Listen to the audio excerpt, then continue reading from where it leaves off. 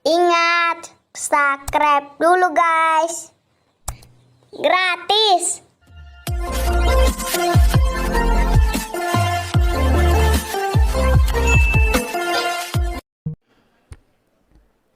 Bismillahirrahmanirrahim. Assalamualaikum warahmatullahi wabarakatuh. Selamat pagi, salam sejahtera buat kita semua. Bismillah, alhamdulillah, wala hawla wala quwata illa billah. Allahumma sholli wa sallim ala sayyidina Muhammad wa ala sayyidina Muhammad tama ba'du. Swastiastu, namo buddhaya, salam dilema yang serius terkait dengan ASN. Waktu Bapak menyampaikan pidato visi misi jadi bupati, kita ke depan akan ciptakan birokrasi yang hebat, yang lincah dan cepat dan seterusnya dan seterusnya. Sementara ASN kita perlu syarat-syarat juga yang hebat dan seterusnya dan seterusnya. Kita sekarang menghadapi tantangan global karena indeks kualitas ASN kita dibanding negara-negara lain ini masih di bawah. Kita sepakat ingin maju semua, daya saing birokrasi kita supaya naik. Tapi ada dilema-dilema baru, ada zona nyaman, ada tim sukses yang belum terekrut di THL, honorer. Iya toh? Ada putranya tetangga, ponaan, kamu jadi bupati 4 tahun, masa nggak bisa titip ponakan dan seterusnya dan seterusnya. Ada ponakannya menantu dan dan seterusnya dan seterusnya. Ada banyak hal di sini. Sehingga sekarang kita ini kayak tarik tambang. Nah, saya lihat ini ada Bupati Lumajang juga, kayak tarik tambang di pasir kira-kira gitu. Kita ini menghadapi dilema-dilema berat. Ini sekali lagi ini bukan hanya soal kita, soal kami, tapi soal kita yang Bapak mesti pikirkan terus ini.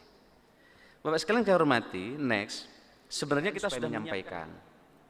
Next slide, ini komitmen pemerintah itu sejak tahun 2005, itu terakhir pengangkatan honorer. Tahun 2005, PP 48, itu ada pendataan ada 920.702 tenaga honorer. Ini sejarah ini penting untuk Bapak Ibu ketahui, kira-kira gitu. Nah kemudian diangkat PNS secara otomatis dalam tanda kutip hanya seleksi administrasi. Bayangkan tahun 2005 untuk menyelesaikan saat itu supaya selesai dan gak ada lagi. Semua bupati waktu itu minta ini yang terakhir kira-kira gitu. Sama kayak hari ini yang terakhir kira-kira gitu. Nah yang terakhir terus setiap 5 tahun, setiap mau acara politik yang terakhir terus ini. Bayangkan 2005 yang terakhir diselesaikan, diangkat semua, totalnya adalah sangat besar waktu itu jumlahnya. Kita lihat ya. Sudah ada larangan pengangkatan non ASN. Dan yang tidak memenuhi dari 920.000 itu adalah 60.000, Pak. Ada ya angkanya ya. Ini semalam kami nyocokin data dengan Pak Bima supaya kita ada data yang berbeda. Ini Pak Kementerian Keuangan ini perlu kita sampaikan juga. Nah, kemudian ada PP 56 tahun 2012. Pendaftaran di luar kriteria PP 48 2005 membengkak, setkan ini sisanya tinggal 60.000. Di data ulang bukannya 60.000 yang selesai, nambah 11 kali lipat. Jadi setiap ada pemberitaan pendataan itu langsung melonjak. Bukannya selesai yang terakhir tapi nambah 11 kali lipat. Nah, terdapat afirmasi dengan penurunan passing grade. Saya semalam diskusi. Ini kan usulan teman-teman supaya passing grade diturunkan. Saya juga baru tahu selama jadi bupati 10 tahun, kalau passing grade-nya tahu nggak Bapak sekalian? Pak Bima dan Pak Harmen dan kita semua, Pak Deputi SDM, ternyata begitu diturunkan passing grade dari 100% ke 80, nggak ada yang masuk di luar Jawa. Diturunkan jadi 60, masih belum ada.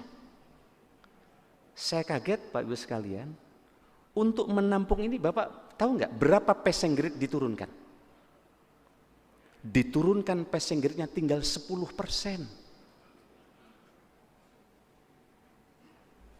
10%. 10%. Ini pun setelah diturunkan passing grade-nya 10%, itu ada yang tidak lulus 438.000. Bayangkan. Jadi lulusnya 209.000, yang tidak lulus 430.590. Ini sudah diturunkan 10%. Berarti dulu, bukan sekarang, mungkin ngangkutnya nih sembrono ini. Asal dimasukin. ASDP, anak saudara ponakan dan menantu ini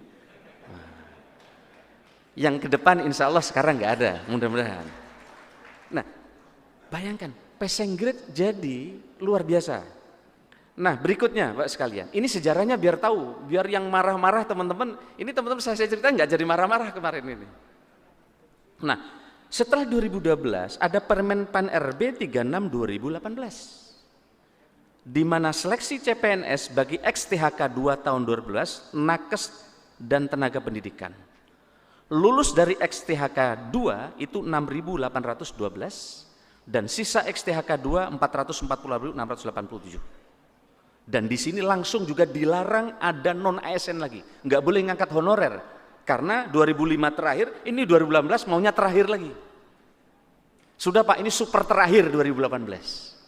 Nah, kata Pak Bupati Dasma, itu terakhir bupati sebelum saya Pak, yang saya belum. Nah, jadi walhasil nggak bisa terakhir terus ini. Nah terus gimana ke depan, kayak apa kompetisi kita? Bayangkan datanya gini, ini sudah passing grade diturunkan 10%. Saya semalam dikasih tahu Pak Bima, kaget-kaget saya. Oh ini saya sampaikan kepada teman-teman, termasuk Pak Zaki, saya sampaikan Pak Zaki. 10% Bu, Bupati Abu Tatu. Nah 2018 sudah dibuat aturan, ya. Kemudian Permen Pan RB 2019 itu melakukan seleksi THK kedua itu lulus 30.361, sisa 410.000. Kemudian seleksi P3K bagi dosen dan tenaga pendidik di PTNB 2.854 dan penyuluh pertanian THL 11.590. Ini kita lihat ini. Nah, kemudian ada Permen Pan RB 27 2001, seleksi CPNS guru dan JF non guru. Kita lihat ini ya, info BKN itu per 10 September. Nah, jadi kemarin Pak Cahyo almarhum itu hanya mengirimkan surat kepada teman-teman, ngingetin loh ini. Mestinya transisi 5 tahun ini bisa berlangsung dengan baik, maka sebelum 2023 jalan, beliau kirim surat ke kita semua ngingetin. Ternyata teman-teman kaget, merasa tidak tahu. Nah, hari ini proses ini kita ingin beritahu bahwa ternyata ada proses-proses seperti ini. Nah, Bapak sekalian kami hormati, ini ada sisa tenaga yang mesti kita beresin mestinya. Maka kemudian kita juga ingin data. Nah, ternyata setelah dikirim surat dan teman-teman mengirim data yang masuk, sampai per tadi malam saya kaget minta data ke BKN. Mestinya kan PR kita ini kan tinggal 400 ribuan ya Pak Hermen.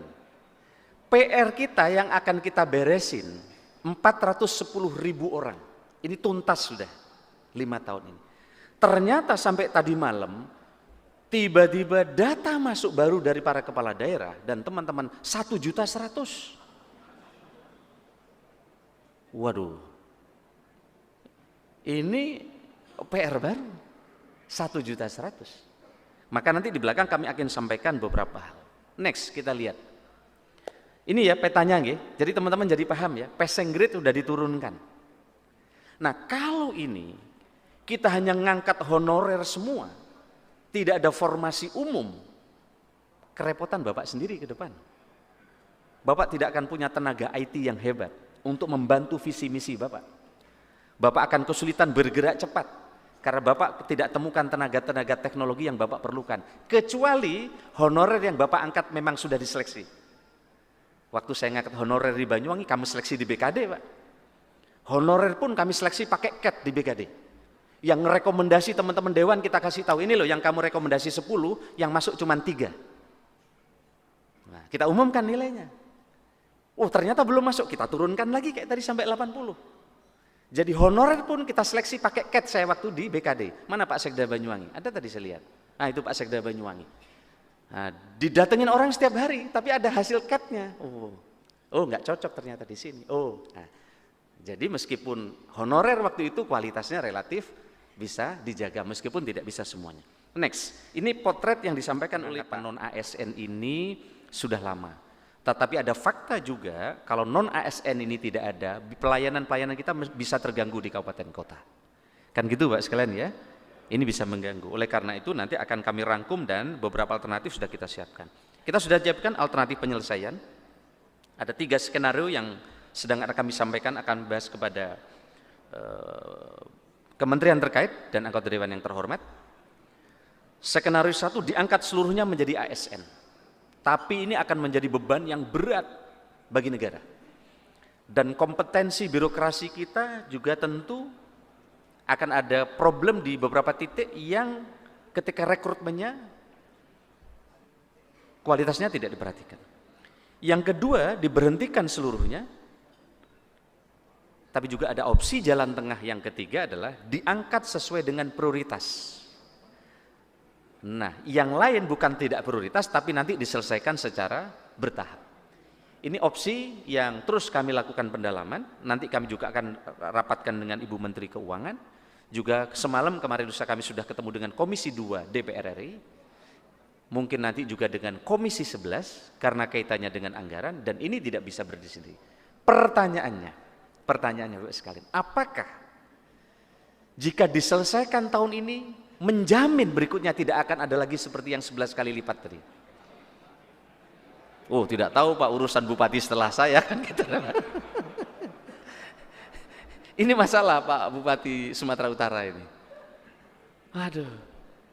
Nah, kita nanti akan dialog, saya minta nanti para dirjen dan Pak Kepala BK nanti. Next. Nah, Pak saya hormati, terakhir, ini slide terakhir. Setelah melihat perkembangan ya, pendataan tenaga non ASN sampai tadi malam, ternyata setelah kita diskusi dan mendapatkan masukan dari BKN dan beberapa pihak, terdapat indikasi bahwa data yang diinput tidak sesuai dengan surat edaran Menteri Pan-RB nomor B 1511 2022. Ya. Data yang masuk akan diverifikasi dan diaudit ulang.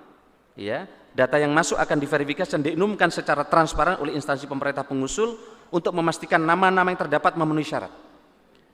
Karena banyak nama ini kalau dipaksakan masuk, ini membuat ketidakadilan dengan mereka yang sudah 10 tahun menjadi honorer tiba-tiba dikalahkan dengan yang baru masuk. Ya. Maka oleh karena itu, kepala daerah selaku PPK kita akan kirim surat ulang ke Menpan RB untuk melakukan audit ulang yang ditandatangani oleh kepala daerah dan sekda, dan sekaligus kepala daerah untuk memberikan surat pertanggungjawaban mutlak jika data tidak benar nanti akan punya konsekuensi hukum. Surat ini akan kami luncurkan besok atau dalam minggu ini. Untuk semua data yang telah dikirim ini tidak berlaku kecuali data yang telah diaudit ulang oleh kepala daerah dan ditandatangani oleh kepala daerah dan sekda, dan kemudian beliau menandatangani surat pertanggungjawaban mutlak. Ini untuk menjaga ketidakadilan terhadap mereka yang sudah antri lama disalib hanya karena soal administrasi yang dikeluarkan oleh pihak yang ada di tingkat kabupaten kota. Ibu dan saya hormati, dan data ini akan diawasi oleh BPKP. Kami akan minta BPKP mengawasi data ini. Apakah benar mereka yang diusulkan sudah sesuai dengan syarat-syarat yang kita edarkan kepada Bapak Ibu dan saudara saya sekalian. Jika nanti yang Bapak usulkan ternyata tidak sesuai dengan surat yang kami kirim, nanti BPKP akan mengaudit dan itu akan ada konsekuensi hukum. Ini sebagai upaya yang sungguh-sungguh dari kami, ingin memetakan data yang sesungguhnya ada berapa. Jangan-jangan datanya tidak sampai 1 juta. Oh, jangan-jangan datanya cuma 600.000 dan ini bisa kita beresin tahun ini. Kira-kira begitu. Setuju Bapak sekalian ya? Baik, saya kira ini dari saya yang bisa kami sampaikan.